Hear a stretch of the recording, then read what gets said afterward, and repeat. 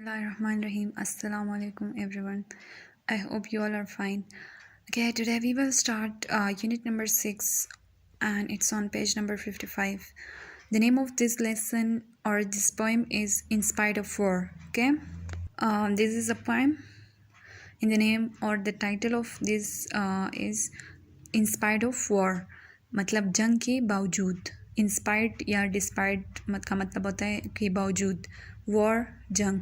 ये जो लेसन है ये जंग के हवाले से है और इसका मतलब यही है कि किस तरह जंग में जो है एक ऑप्टिमिस्टिक पोएम है, मतलब एक होपफुल पोएम है, एक पॉजिटिव पोएम है कि जंग में भी जो है ऐसी पॉजिटिविटी होती है, नेगेटिविटी के साथ हमेशा पॉजिटिविटी होती है, चाहे जंग है जो भी है हमेशा जो है एक होप होता है ऐसे।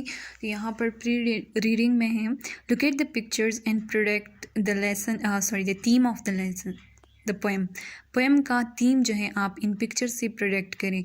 आप लोग पिक्चर्स को देख के एक जो है ट्री है और एक जो है एक दुनिया की पिक्चर है जो एक तरफ यहाँ पे क्लियर तो नहीं है लेकिन एक तरफ जो है पूरा डिस्ट्रॉय हुआ है और जो अदर हाफ है वो उसमें ट्रीज़ है, वो ग्रीनरी है। तो यही मतलब है कि वॉर एंड पीस सही।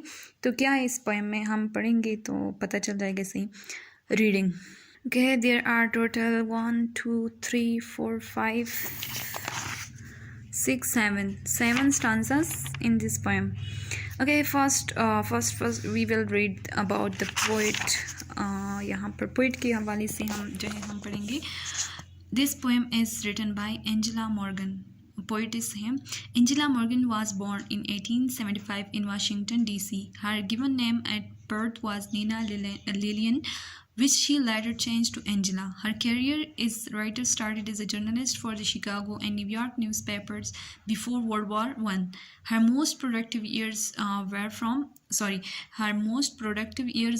were from 1914 to 1940. Morgan's pieces were published in major magazines. She also wrote 14 books of poems, 1 novel, and a book of short stories. She passed away on January 24, 1957 in New York. Angela Morgan जो है वो 1875 में Washington में पैदा हुई थी। उसका जो पैदाइशी नेम था वो नीना लिलियन था, लेकिन बाद में उन्होंने ये नेम जो है एंजेला चेंज किया। उनका जो करियर है वो एज राइटर वो स्टार्ट हुआ था जर्नलिस्ट, मतलब पहले वो शिकागो एंड न्यूयॉर्क जो न्यूज़पेपर थी उनके लिए वो एज ए जर्नलिस्ट काम करती थी फर्स्ट वर्ल्ड वॉर से पहले। सही मतलब ये है कि एक राइटर का जो वो एज होता है ना तो वो उसकी राइटिंग बहुत ज़्यादा वो इफ़ेक्ट करती है। तो आप लोग एज जो है राइटर का पहले अगर आप लोग जान लें तो आप लोगों को उसमें जो है वो पोएम्स में या जो भी राइटिंग है उसमें वो आसार दिखेंगे आपको। तो इसका मतलब ये है कि इस पोएम में जो है वर्ल्ड वॉर वन उसकी जो मतलब उसमें जो पॉजिटिविटी वो है यहाँ पर बयान की गई है। सबसे जो प्रोडक्टिव ईयर्स मतलब जिसमें उन्होंने बहुत ज़्यादा काम किया था वो 1914 टू 1940 है। और अगर आप लोग देख ले तो फर्स्ट वर्ल्ड वॉर भी 1914 को स्टार्ट हुआ था। सही। और उन्होंने क्या किया था कि मैगज़ीन्स मेजर मैगज़ीन्स के लिए उन्होंने बहुत सारी मतलब राइटिंग वो पीसेस लिखे थे। 14 बुक्स लिखी थी पोएम्स की, एक नॉवल लिखा था और एक बुक लिखा था शॉर्ट स्टोरीज़ का। उनकी डेथ जो है जनवरी 24, 1957 न्यूयॉर्क में हुई थी। See so now we will start the poem. In spite of war, in spite of death, in spite of all men's sufferings, something within me laughs and sings, and I must praise with all my breath. अच्छा, जो rhyming scheme है मतलब जो rhyming आप लोग तो जानते हैं ना, राइम जो सेम साउंडिंग वर्ड्स होते हैं at the end of the line in a poem, जिस तरह डेथ और ब्रेथ है तो इस तरह हम राइमिंग स्कीम्स करते हैं। ए जो है फर्स्ट जो है हम उसको ए देते हैं तो ए है, फिर जो है सफरिंग्स बी फिर ए, इस तरह इसका राइमिंग स्कीम है। सही मतलब ए और फिर अगेन जिस तरह है ब्रेथ है और दूसरा जब आता है तो हम उसको बी वो देते हैं सफरिंग्स, तो सफरिंग की तरह सिंग्स, तो इस तरह ए बी ए, इस तरह इसका राइमिंग स्कीम है। In spite of war, in spite of death, जंग के बावजूद, मौत के बावजूद, in spite of all man sufferings, और तमाम इंसानों, यहाँ मैन जो मतलब सारे लोगों के लिए यूज़ हुआ है। सफरिंग्स मुश्किलात, मसाइल व मुश्किलात, और तमाम इंसानों की मसाइल व मुश्किलात के बावजूद, या तमाम इंसानों की मुश्किलात के बावजूद, something with in me loves and sings, मेरे जिस्म के अंदर या मेरी अंदर कोई चीज़ हंसती है और गाती है। And I must praise with all my breath, और मुझे खुली दिल से इसको सराहना चाहिए, या मुझे खुली दिल से इसकी तारीफ़ करनी है, सही या करनी चाहिए। विद ऑल माई ब्रेथ मतलब खुली दिल से। स्टांजा में यही है कि डेथ के बावजूद, मतलब एक वॉर है, हर तरफ जो है डेथ से लोग जो है वो सफ़र कर रहे हैं, वो मुश्किलात में हैं, मुश्किल में हैं वो, और फिर भी मेरे अंदर जो है एक चीज़ हंसती है, एक चीज़ मेरे वजूद के अंदर, मेरे जिस्म के अंदर एक चीज़ हंसती है और गाती है। और ये जो फीलिंग है, ये जो कोई चीज़ मेरे अंदर जो है हंसती है, मुझे उसको सराहना है, मतलब उसको जो है क्या कर सपोर्ट करना है, मुझे इसको जो है मतलब आगे लाना है। और ये क्या है, इट्स होप, ये जो इसके पोइट जो कह रहे हैं ना, कि पोइटिस्ट जो कह रही है कि मेरे अंदर जो एक चीज़ हंसते हैं, तो मतलब ये है कि वॉर और इन सारी चीज़ों के दौरान भी आपके अंदर जो है एक होप होता है, एक पॉजिटिविटी होती है। तो पोइट कह रहे हैं कि मेरे अंदर भी मतलब ये वॉर है, डेथ है, सफरिंग्स है, फिर भी मेरे अंदर कोई चीज़ हंसती है, गाती है, और मुझे इसको जो है खुले दिल से प्रेस करना है। Next, in spite of war, in spite of hate, lilacs are blooming at my gate, tulips are tripping down the path, in spite of war, in spite of wrath. Okay, in spite of war, again ये जो है line दोबारा use हुआ है। जब हम इस तरह बार बार वो लाइन पोएम में देखते हैं या लिखते हैं राइटर, तो इसका मतलब ये होता है कि वो ज़्यादा इस पर जो है वो स्ट्रेस देता है। तो जंग के बावजूद, और इन स्पाइट ऑफ हेट, और नफ़रत के बावजूद, जंग है, नफ़रत है। लाइलेक्स उर्दू में इसको गुलियास कहते हैं। ब्लूमिंग खिलना, एट माई गेट मेरी दरवाज़े पर या मेरे दरवाज़े के करीब, सही। ट्यूलिप्स आर ट्रिपिंग, आप लोग पिक्चर्स देख लें इन फूलों की, तो हम लोग को क्लियर हो जाएगा। इस तरह वो छोटी छोटी पर्पल से वो फ्लावर्स होते हैं, गेट वगैरह वो दीवार पर अक्सर वो होते हैं। ट्यूलिप्स गुलिलाला, ट्यूलिप्स तो आप लोग जानते होंगे। Are tripping down the path, मतलब ट्रिपिंग उलझना या गिरना, डाउन द पाथ मतलब रास्ते में वो इतनी ज़्यादा हैं, वो उलझ रहे, मतलब इतने ज़्यादा हैं कि लोग उस पर मतलब गिरते हैं, सही। वो इतने ज़्यादा हो गए हैं, ट्यूलिप्स रास्ते में इतने ज़्यादा हैं वो कि लोग उस पर गिरते हैं। In spite of war, in spite of Wraith, जंग के बावजूद और कहर के बावजूद। रेथ मीन्स शदीद जो गुस्सा होता है, सही, एंगर मतलब जो होता है। तो जंग के बावजूद, नफ़रत के बावजूद, गुलियास मेरे दरवाज़े के करीब खिल रहे हैं। गुले लाला मेरी रास्ते में मतलब गिरते हैं या उलझते हैं, मतलब इतनी ज़्यादा है कि लोग उस पर वो स्टम्बल होते हैं, लोग उस पर वो पाँव उनका वो वहाँ पर वो अटकता है। In spite of war, in spite of Wraith, जंग के बावजूद और कहर के बावजूद, मतलब ये है कि हेट है, वॉर है, रेत है, लेकिन इन सारी चीज़ों के बावजूद जो है फूल खिल रहे हैं, मतलब नेचर वही है, तब भी मतलब वो फ्लावर्स जो हैं वो खिल रहे हैं, वो उन्होंने अपना खिलना जो है वो ब्लूमिंग या उगना जो है वो नहीं स्टॉप किया हुआ, सी, मतलब फिर भी पॉजिटिविटी है, फिर भी एक होप है वॉर के दौरान। Okay, next, courage, the morning glory said, rejoice the daisy murmured, and just to live is so divine when pensives lift their eyes to mine। अच्छा, यहाँ पर जो है पर्सनिफिकेशन यूज़ हुआ है। Personification when we give human qualities to other things, जब हम human qualities, इंसानों की खसूसियात जो हैं दूसरी चीज़ों को देते हैं। यहाँ पर अगर आप लोग देखें तो मॉर्निंग ग्लोरी का मतलब है सुबह की अजमत, सैथ मतलब सैड, सही कहना। करेज हौसला रखो, सही, करेज मतलब हौसला। मॉर्निंग ग्लोरी ने क्या कहा, मॉर्निंग मतलब सुबह की अजमत तो बातें नहीं करता, लेकिन यहाँ पर इंसानों की वो क्वालिटी, उसको कहने की क्वालिटी जो है सुबह को दी गई है। तो यहाँ पर राइटर कह रही हैं कि सुबह की अज़मत ने मुझसे क्या कहा कि हौसला रखो, मतलब नेचर जो है इस तरह मुझे एक हौसला देता है कि जब मैं इन फूलों को, इन सारी चीज़ों को देखती हूँ तो एक हौसला मिलता है कि जैसे कि मुझसे कह रही हूँ कि हौसला रखो। रिजॉइस द डेजी मरमरित, डेजी मतलब गुले बहार, मरमरित मतलब सरगोशी करना। से और अगेन पर्सनिफिकेशन है। रिजॉइस मतलब खुश रहो, बी हैप्पी।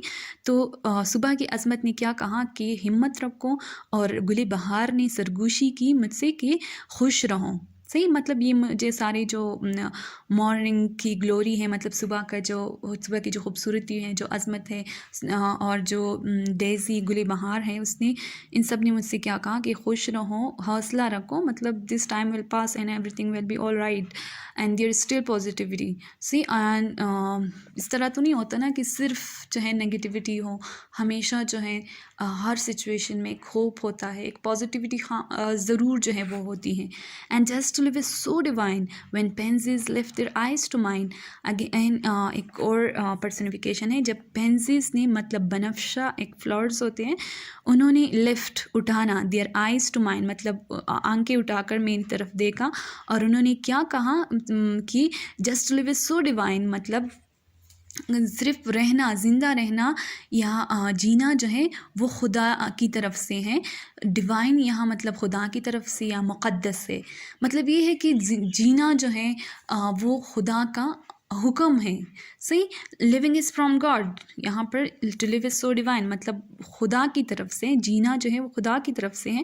और ये मुझसे किसने कहा, जब मतलब फेंजिस ने, बनफ्शा ने मैंने अपनी आंखें उठाकर मेरी तरफ देखा, तो मतलब इस तरह उसने मुझसे कहा कि जीना जो है खुदा की तरफ से है। से ये नहीं है कि मतलब आप भी जो है सारे डेथ्स और ये हो रहे तो आप भी अंदर से भी मर जाओ। सही, तो यहाँ पूरा पर्सनिफिकेशन है। मॉर्निंग ग्लोरी ने ये कहा और डेजी ने ये कहा सरगोशी की, और पेंसिस ने अपनी आंखें उठाकर मेरी तरफ देखा और कहा कि सिर्फ जीना जो है वो खुदा की तरफ से है। Next stanza is the clouds are romping with the sea and flashing waves call back to me that naught is real but what is fair, that everywhere and everywhere a glory live through despair। अच्छा, romping खेलना, flashing चमकती हुई, waves लहरें, not जो मतलब old English का word है, मतलब नॉट, फेयर सही, मतलब जो सही हो, ग्लोरी अजमत, लिव मतलब लिव का मतलब लिव रहना, थ्रू डिस्पेयर मतलब मायूसी के साथ जो है एक ग्लोरी होती है, मतलब हमेशा जो है मायूसी के साथ एक अज़मत होती है, मायूसी में भी एक अज़मत होती है। सही, यहाँ पर अगेन पर्सनिफिकेशन है। क्लाउड्स और रॉम्पिंग, क्लाउड्स जो है वो खेलते तो नहीं है, लेकिन यहाँ पर ह्यूमन क्वालिटी खेलना जो है वो क्लाउड्स को दिया गया है। क्लाउड्स रॉम्पिंग विद द सी, क्या मतलब है कि क्लाउड्स मतलब किस तरह वो सी के साथ खेल रहे हैं, समंदर के साथ, कि मतलब क्लाउड्स जो वो गरजते हैं, बारिश बरसाते हैं तो समंदर में वो पानी जमा हो जाते हैं, इस तरह। तो the clouds are romping with the sea, बादल क्या है, समंदर के साथ खेल रहे हैं। And flashing waves call back to me, अब जो है वेव्स को भी पर्सनिफाई किया गया है, वेव्स को ह्यूमन क्वालिटीज़ दी गई हैं कि वो फ्लैशिंग वेव्स, चमकती हुई लहरें मुझे पुकारती हैं। और क्या कह रही है, अब चमकती हुई लहरें क्या कह रही है, that not is real but what is fair, that everywhere and everywhere a glory live through despair. ये सारी जो है वेव्स पोइट्स को कह रही है कि कोई भी चीज़ रियल नहीं है, सिर्फ एक चीज़ रियल है, मतलब हकीकी चीज़ जो है वो सिर्फ वही है जो सही है। सही, मतलब जो चीज़ फेयर है वही सही है, बाकी चीज़ें जो हैं वो रियल नहीं है। और यही भी कहा कि हर जगह और हर जगह डिस्पेयर, मायूसी में एक अज़मत होती है, मतलब एक खुदा की जो है मसलहत होती है, मायूसी के साथ जो है पॉजिटिविटी भी होती है। ऐसा नहीं है कि आप सिर्फ डिसअपॉइंट हो जाएं। सही, तो अगेन यही पर्सनिफिकेशन यूज़ हुआ है। अच्छा, दो गन्स में roar and cannons boom, roses are born and gardens bloom, my spirit still may light its flame at the same torch when poppies came। okay, यहाँ पर गन्स मतलब बंदूकों की आवाज़ जो है वो रोर वो यूज़ हुआ है, और कैनन्स मतलब तोपों की आवाज़ बूम जो है वो है यूज़ हुआ है। और जब इस तरह हम कोई साउंड्स यूज़ करते हैं, ऐसे साउंड जिससे हम उस चीज़ को वो आइडेंटिफाई करें, तो इसको हम अनमटोफिया कहते हैं। इस तरह पर्सनिफिकेशन है, मेटाफोर है, सिमिली है, तो ये भी एक फिगरेटिव स्पीच है या फिगरेटिव डिवाइस है, अनोमेटोफिया। सही, यहाँ अनोमेटोफिया उसको कहते हैं ऐसे वर्ड्स जो words which represent sound from which we from which for which they are used, मतलब ऐसे वर्ड्स जो ऐसे साउंड्स रिप्रेजेंट करते हैं जिस जो इनके लिए यूज़ हुआ होता है। मतलब the use of words that imitate sounds, सही, ऐसे वर्ड्स जो साउंड्स को रिप्रेजेंट करते हैं और वो साउंड्स उन चीज़ों के लिए यूज़ हुआ होता है, तो उसको हम अनोमेटोपिया कहते हैं। तो इस स्टांजा में अनोमेटोपिया यूज़ हुआ है। सही, क्या मतलब है? अगरचे दो मतलब अगरचे गन्स में रोर, अगरचे बंदूकें गरजते हैं, एंड कैनन्स बूम, और तोपों की आवाज़ें आती हैं, मतलब तोपों की आवाज़ें भी हैं, गन्स की आवाज़ें भी हैं, गरजने की आवाज़ें भी हैं। रोर मतलब गरजना। रोजेस आर बॉर्न, गुलाब जो है वो खिल रहे हैं, वो उग रहे हैं, एंड गार्डन्स ब्लूम, और गार्डन्स जो है बाग जो है वो भी खिल रहे हैं। सही, गुलाब पैदा होते हैं या गुलाब जो है वो उग रहे हैं, और बागों में भी फूल खिल रहे हैं। सही, my spirit still may light its flame at the same torch when poppies came. मेरी माई स्पिरिट मतलब मेरी रूह, स्टिल में लाइट इट्स फ्लेम, अब भी अपना शोला, फ्लेम यहाँ मतलब शोला जो है वो जला दे।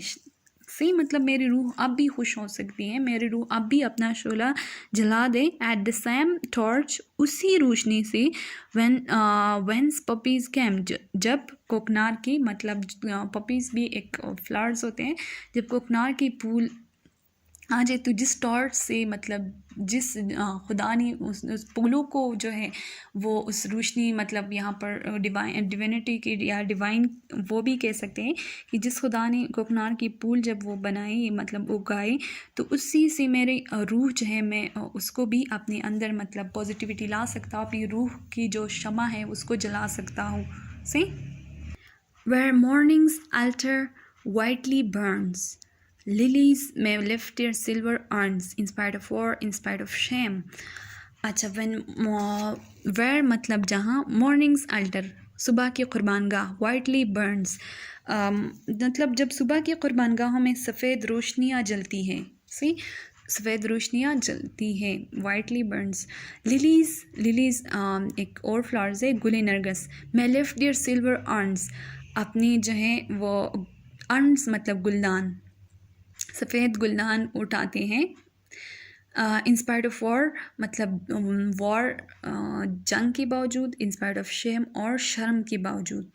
मतलब लिलीज़ में लेफ्ट देयर सिल्वर आर्म्स, तो शायद गुल नरगिस अपनी चांदी जैसी अपनी सफ़ेद गुलदान उठाए, जंग के बावजूद और शर्म के बावजूद। यहाँ पर जो where mornings alter whitely burns, यहाँ पर सूरज की तुलू होने की तरफ इशारा है। अल्टर तो वैसे कुर्बानगाह को कहते हैं, लेकिन यहाँ पर मॉर्निंग अल्टर मतलब जहाँ सुबह की रोशनी, मतलब जहाँ से सूरज तुलू होता है। तो सूरज तुलू होने के बाद जो है गुले नरगिस क्या करती है, वो अपनी फूलों को, अपनी गुंचे, मतलब यहाँ आर्न जो है फूलों का वो गुच्छा या गुंचा जो है उसकी तरफ इशारा है कि वो उस सूरज की रोशनी से वो जो है वो खिल जाते हैं। पूरा उसका जो वो एक आर्न है, मतलब पूरी जो फ्लावर्स का वो ग्रुप है वो उठ जाते हैं, खिल जाते हैं सुबह की मतलब सूरज तुलू होने के बाद, या सुबह की क्या कहते हैं, सूरज की रोशनी से। सही, जंग के बावजूद और शर्म के बावजूद, मतलब हर तरफ एक शेम है, एक वॉर है, एक डेथ्स है, सफरिंग्स है, लेकिन फिर भी जो है सुबह जब होती है, सूरज तुलू होता है, तो गुले नरगिस जो है, लेडीज़ जो है वो खिल जाते हैं सूरज की रोशनी से। And in my ear a whispering breath, wake from the nightmare, look and see that life is not but ecstasy, in spite of war, in spite of death. And in my ear a whispering breath, और मेरी कानों में एक सरगोशी करती हुई सांस कहती है, मतलब एक सांस जो है जो सरगोशी करी मेरी कानों में और कह रही है, वेक फ्रॉम द नाइटमेयर। नाइटमेयर मतलब बुरा ख्वाब, बुरे ख्वाब से उठो, लुक एंड सी, देखो कि क्या है, that life is not but ecstasy, ज़िंदगी जो है एक एक्सटेसी के सिवा कुछ नहीं, मतलब ज़िंदगी जो है वो एक्सट्रीम हैप्पीनेस है। एक्सटेसी मतलब एक मस्ती है, एक सुरूर है, जिसमें बंदा बहुत ही सुकून से बहुत ज़्यादा खुश होता है। तो ज़िंदगी ऐसी है, मतलब ज़िंदगी में बहुत सारे जो है एक्साइटमेंट्स है, हैप्पीनेस है, ज़िंदगी इसी का नेम है, एक्सटेसी का नेम है। तुम जिस नाइटमेयर में रह रही हो, उठो इससे, मतलब still there is positivity, life is beautiful even if there is war, death, shame, breath, फिर भी जो है एक पॉजिटिविटी है, एक होप है, लाइफ फिर भी खुदा की तरफ से है, फिर भी जो नेचर है वो खिल रहा है, नेचर जो है वो मुझे हौसला दे रहे हैं। हर चीज़ जो है, हर एक फ्लावर जो है वो एक ये मैसेज खुदा का लाता है कि जीना जो है खुदा की तरफ से है, चाहे वॉर हो चाहे डेथ हो। Okay, I hope you will get it. There is still question, you can ask me in the comments below. Okay, Allah Hafiz.